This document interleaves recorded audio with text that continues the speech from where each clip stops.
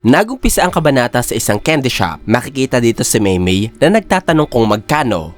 Tinitigan siya ng isang matanda. Nanlaki ang isang mata nito na parang nagulat at hindi agad siya nakasagot sa tinatanong sa kanya ng babaeng sorcerer. Hindi sinabi kung sino ang matandang ito, pero mamaya, bago matapos ang kabanata, ay susubukan kong ipaliwanag sa inyo ang kanyang pagkakakilanlan. Nagpatuloy ang kabanata sa eksena kung saan natapos ang chapter 268. Sinigaw ni Maki ang pangalan ni Yuta at galit na galit siya dito. Ito ang parehong pagsigaw na narinig nila Yuji habang patungo sila sa silid kung nasaan si Yuta. Makikita ang binatang sorcerer na nakabalik na sa kanyang orihinal na katawan, pero ang tahi niya sa ulo ay hindi natanggal. Pawis na pawis ito at parang takot na takot sa reaksyon ni Maki. Sinabi ng babae na huwag isipin ni Yuta na makakalimutan nila ang paglagay ni Yuta sa kanyang sarili sa bingit ng kamatayan. Matatandaan na isa si Maki sa tutol sa paggamit ni Yuta ng curse technique ni Kenjaku, pero nagpumilit talaga ang binatang sorcerer na gawin ang kanyang plano. Habang sinesermonan ni Maki ang kaibigan, tinawag siya ng kakagising at kakadating pa lamang na si Megumi Fushiguro. Binati agad siya ni Maki at tinanong nito kung kamusta ni si Megumi. Sumagot ang binata sa pagkasabi na medyo nahihilo pa siya. Maaaring epekto ito ng unlimited void sa kanyang utak. Huwag natin kakalimutan na ang dalawang ito na lamang ang natitirang miyembro ng Zenin. Sinabi ni Megumi sa kanyang mga kaibigan ang paghingi niya ng tawad sa lahat ng nangyari. Sumagot si Maki sa pagpunto na hindi kailangang humingi ng tawad ni Megumi. Sisingit sana si Yuji sa usapan sa pagkasabing may ihihingi din siya ng tawad. Pero agad na nagsalita si Kusakabe sa paglalahad na nangyari ang lahat dahil hindi agad pinaslang ni Gojo si Yuji simula pa umpisa.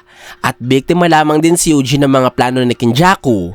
Ayon kay Kusakabe, isa siya sa mga taong gusto ng wakasan ng buhay ni Yuji, pero dapat magpasalamat ang ating bida kay Principal Yaga dahil ito ang nagkumbinsi kanila Kusakabe na buhayin si Yuji. Dagdag din ng sorcerer na walang mali o tama sa kagustuhan ng dalawang panig ukol sa gagawin nila kay Yuji sapagkat lahat sila ay may pinangahawakang paniniwala.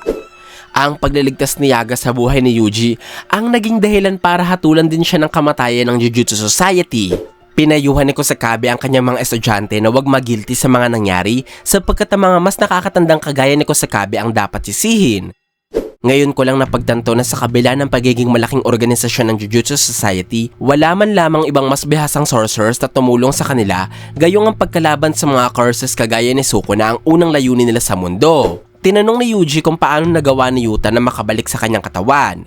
Pinaliwanag naman ang binata na nagawa niya ito sa tulong ni Rika, sapagkat ang dahilan pala kaya hindi bumitaw si Rika sa pagyakap sa kanyang walang buhay na katawan ay dahil gumagamit ito ng reverse curse technique upang patuloy na pagalingin at panatilihin sa maayos na kondisyon ng kanyang katawan. Humingi ng pasensya ang binata dahil pinag-alala niya ang lahat, kaya sinagot siya ni Yuji sa pagkasabi na wag na itong alalahanin pa ng kaibigan. Pero nagsalita muli si Maki sa pagkasabi na kung mas sineryoso lamang ni Yuta ang kanilang misyon, mananalo sana sila ng mas mabilis. Sa buong laban ng ating mga bida kontra kay Sukuna, may mga nagawa silang pagkakamali na napansin ng marami sa atin. Ang mga pagkakamaling ito ay sinubukang ipaliwanag isa-isa ng mga sorcerers na nabuhay. Ayon kay Maki, dapat siya ang nagtungo sa misyon ng pagpaslang kay Kenjaku, habang si Higuruma naman at ang Executioner Sword Plan ang gumamit ng recorded curse speech ni Toge. Sa paraang ito, matatapos agad nila ang laban. Ipinaliwanag ng kabanata na ang curse speech ay hindi gumagana ng sabay. Ibig sabihin, hindi pwedeng mag-record si Toge ng curse speech sa dalawang magkaibang tape recorder. Kinontra ni Todo ang sinabi ni Maki, sapagkat hindi gumagana ang boogie-woogie sa mga kagaya ni Maki na walang cursed energy sa katawan. Ibig sabihin, hindi niya magagaya ang ginawa ni Yuta na pagsulpot sa likod ni Kenjaku para pugutan ito ng ulo. Sinuportahan din ni Panda ang sinasabi ni Todo. Ayon sa kanya, tama lamang na si Yuta ang gumamit ng recorder na merong curse speech dahil ginamit ito ni Yuta habang nangihina na si Sukuna. Kung malakas pa ang King of Curses at narinig niya ang curse speech, magagawa nitong mapaglabanan ng epekto ng teknik at maaaring mamatay si Toge dahil sa feedback. Sinang-ayunan nito ni Toge. Habang nag-uusap ang mga sorcerers, nagkomento din ang isa pa nilang kasama. Ito ay walang iba kundi ang abogado na si Hiromi Higuruma. Buhay na buhay ito at nagtamo lamang ng pinsala sa braso. Matatandaan na sinabi ko sa inyo noon na maaaring buhay pa si Higuruma at ang patunay ko dito ay ang paglalaho ng executioner sword sa kamay ni Yuji. Sinabi ni Higuruma na pinaglaruan lamang siya ni Sukuna at kaya siya nitong patayin ng anumang oras noong nagkaharap sila. Pangyayaring maaaring gawin ni Sukuna kay Okotsu kung ito agad ang humarap sa King of Curses.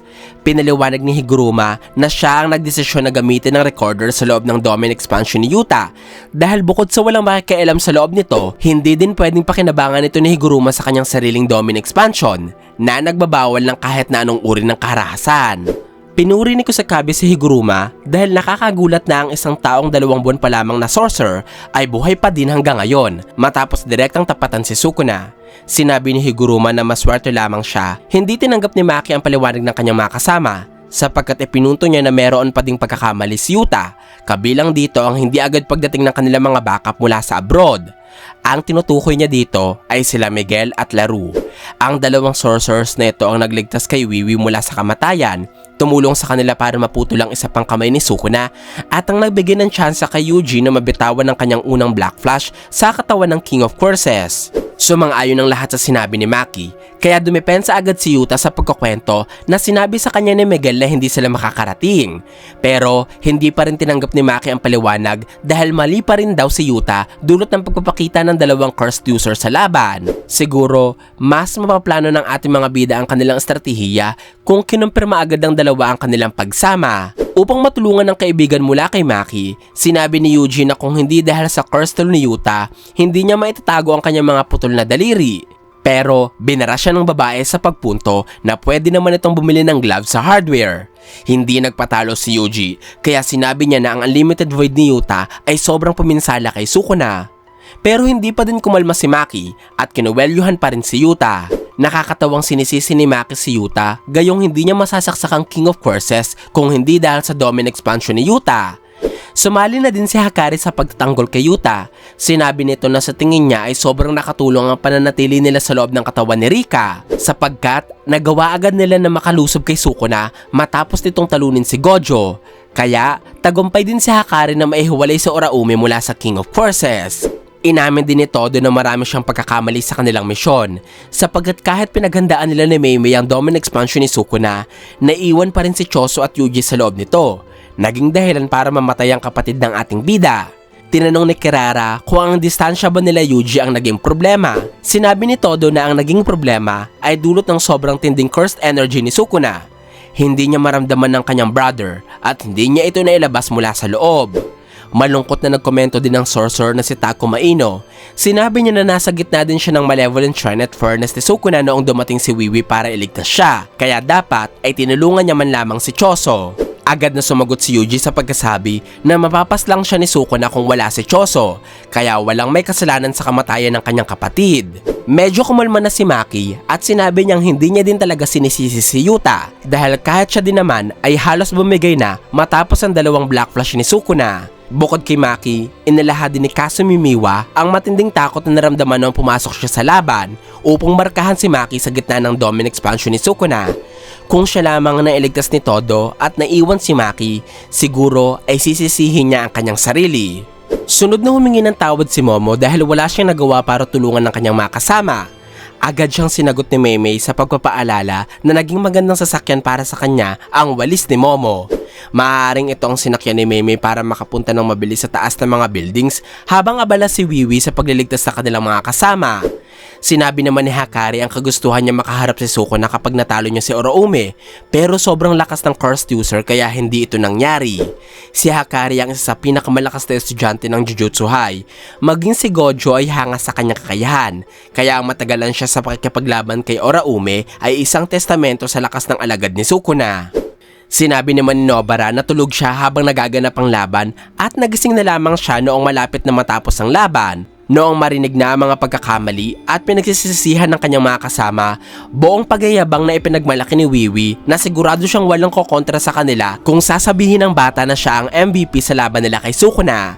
Siguro, ang pagiging MVP ay ibibigay ko kay Yuji, Pero walang duda na si Wiwi ay isa sa may pinakamalaking naitulong sa laban. Mula sa kanilang soul switch training hanggang sa pagliligtas niya sa kanyang mga kasama mula sa pinsalang dinulot ni Sukuna. Sinabi ni Kirara na iniwanan siya ni Wiwi sa kaligitnaan ng laban kaya sinagot siya ng bata na masyadong mabigat si Kirara kaya niya ito ginawa. Sa kalagitnaan ng pag-aasara ng dalawa, sinabi ni Kusakabe na habang ibinubuwis ni Wiwi ang kanyang buhay, ang kapatid naman nitong si Maymay ay nakaupo lamang at pa-relax-relax. Agad namang dumepensa si Wiwi para ipagtanggol ang kanyang ate sapagkat ayon sa bata, nagpakahirap si Maymay sa pag-asikaso ng mga kailangan nila para sa new shadow technique. Kung ako ang tatanungin, ginawa ni Maymay ng maayos ang trabaho niya at kailangan sa kanya ng grupo. Matatandaan ng mga uwak niya ang naging paraan nila upang mapanood ang bawat pangyayari sa laban. Kaya napag-aralan nila ang lakas at kakayahan ni Sukuna habang nakikipaglaban nito kay Gojo. Tumawa ng malakas si Maymay. Sinabi niya na hindi niya itinatangging umiwas siya kay Sukuna sapagkat walang katumbas na halaga ang buhay niya at ang mga klase ng buhay na meron siya ay hindi dapat isinusugal. Tinanong ni Hakari kung ang ibig bang sabihin ni Wiwi sa new shadow style ay yung mga teknik ng simple domain na hindi maaaring ituro sa mga tagalabas dahil sa isang Winding Bow. Kinumpirma ito ni Kusakabe. Matatandaan na matapos ang isang buwang training, marunong na sa paggamit sila Ino, Choso at Yuji ng new shadow style technique. Sinabi ni Maymay noon na siya ang gagawa ng paraan upang maging posible na matuto ang mga ito ng simple domain. At ang paraan na ginawa niya ay konektado sa matandang ipinakita sa unang pahina ng kabanatang ito. Pinaliwanag ni Kusakabe na ang orihinal na may likha ng simple domain na si Sadatsuna Ashiya ay gumamit ng isang binding vow na nagpoprotekta sa simple domain na matutunan ng maraming cursed users. Ito ang rason kaya kahit ang mga magagaling na Jujutsu sorcerers kagaya nila Yuta ay hindi marunong sa paggamit ng simple domain. Sinundan ni Maymay ang paliwanag sa pagkasabi na sa paglipas ng panahon, ang mga new shadow style techniques ay naging lihim na sa marami at sinarili na lamang ng mga tagasunod ng eskwelahan ni Sadatsuna Ashiya. Nag-iimbita na lamang sila ng mga disipulo at kinukumbinsi ang mga ito na lumikha ng mga walang kwentang binding vows para matutunan ng new shadow style. Matatandaan na si Wiwi ay marunong din sa paggamit ng new shadow style sapagkat siya at ang kanyang ate ay kabilang sa mga estudyante at tagasunod ng eskwelahang pinagbulan nito. Pinaliwanag ni Maymay na ang binding vow ng school ni Ashiya ay nagtatanggal din sa kanyang mga tagasunod ng kakayahang tumanggi sa mga misyong ibinibigay nila at higit sa lahat, humihingi din ng eskwelahan ng malaking kabayaran kapalit ng karunungan sa paggamit ng simple domain. Ang kabayarang ito ay ang kanilang lifespan. Kaya, para kay Maymay, ang new shadow style ay hindi isang teknik. Bagkos, isa itong sumpa. Nakakapanghinayang na ngayon lamang natin narinig ang kwentong ito kung kailan patapos na ang Jujutsu Kaisen. Nagulat sila Nobara at Megumi sa nalaman, pero ipinagpatuloy pa rin ni Maymay ang pagkukwento. Sinabi ng babae na walang nakakaalam kung nasaan ang pinuno ng eskwelahan kaya hindi nila alam ang katotohanan sa kwento ng paghigop ng pinuno sa lifespan ng kanilang mga tagasunod sapagkat meron pa din namang gumagamit ng new shadow style na dumating na din sa katandaan. Masyadong malihim at masikreto ang mga pinuno sa Jujutsu Society kaya hindi nakakapagtaka kung hindi alam nila Maymay kung nasaan ang pinuno ng school ni Ashiya. Sinabi ni Maymay na kapag namatay ang pinuno ng eskwelahan, ang tagapagmana nito ang makakakuha ng pamumuno. Nagbigay din si Kusakabe ng detalye ukol sa new shadow style.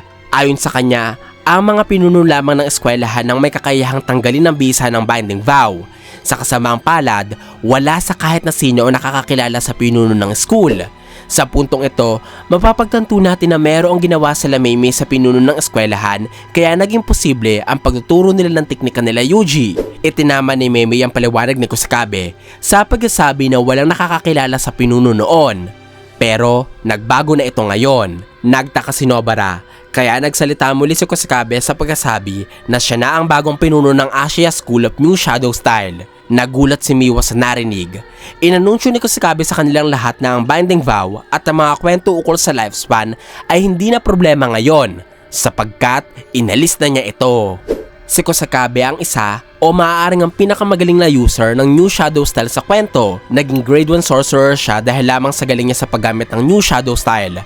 Sa kabila ito ng kawalan niya ng innate technique, kaya karapat dapat na siya ang maging tagapagmana ng sining ng simple domains. Masayang-masaya ang dalawang mukhang perang magkapatid na sila Maymay at Wiwi. Sinabi ng babae na kapag naging pinuno na din si Wiwi isang araw, maglalagay sila ng batas na magpapahintulot sa kanilang maningil ng buwan ng tuition fee sa lahat ng tagasunod ng New Shadow Style. Ikinagulat ito ni Miwa. Nakakatawa na hindi nagbago ang pag-iisip ng dalawang magkapatid na ito. Pera muna bago sumpa. Lumipat ang eksena ng kabanata sa isang muling flashback. Ito ay ang pagpapatuloy ng eksena ni Maymay sa harapan ng matandang may-ari ng candy shop. Tinanong ng matanda kung tama ba ang narinig niya na tinatanong ni Maymay kung magkano. Sumagot ng babaeng sorcerer sa pagkasabi na magkano ang buhay ng matanda. Medyo kinabahan ito, kaya tinanong niya muli si Maymay kung paano nito na lamang nandito siya at siya ang pinuno. Sa madaling salita, ang eksenang ito ay nagaganap isang buwan bago ang pakikipaglaban nila kay Sukuna, sapagkat ito ang panahon kung kailan ay nasikaso ni Maymay ang problema nila sa New Shadow Style. Tumawa si Maymay at sinabi niyang nagtanong lamang siya sa isang kakilala niya na may sapat na nalalaman. Isinawalat ni Maymay na ang matanda pa lang ito ay kumukuha ng maraming disipulo para magkaroon sila ng kapangyarihan na kayang tumapat sa Big Three families ng Jujutsu Society. At nag-iipon din ito ng pwersang kayang sumakop sa mundo ng Jujutsu matapos nilang patalsikin ng mga higher-ups. Nanlaki ang mata ng matanda sa mga nalalaman ni Maymay at kanyang napagtanto na ang nagturo sa kanyang pinagtataguan ay walang iba kundi si Tengen. Si Tengen noon ay mayroong mga barrier sa halos buong Japan at lahat ng mga nilalang na nasa loob nito ay naoobserbahan ni Tengen kabilang ang pinuno ng Asia School. Sinabi ni Maymay sa matanda na kailangan nito ng mahabang panahon ng paghigop sa lifespan ng kanyang mga disipulo bago niya masakop ang mundo ng Jujutsu. Inisa-isa ni Maymay ang kasalanan ng matanda sa mundo. Kabilang dito ang paghihintay na maubos ang bawat membro ng tatlong malalaking pamilya sa pagkalaban kay Sukuna, ang pagsarili sa New Shadow Style na maaari sana magligtas sa maraming sorcerers mula sa kamatayan, at higit sa lahat ay ang pagsubok ng matandang pinuno na gawing kasangkapan ang minamahal na kapatid ni Maymay na si Wiwi. Ang dahilang ito para sa kanya ay walang kapatawaran, kaya bilang kaparusahan, pinaslang ni Maymay ang matandang pinuno. Nagdulot para maibahagi nila ang New Shadow Style sa kanilang mga kaibigan.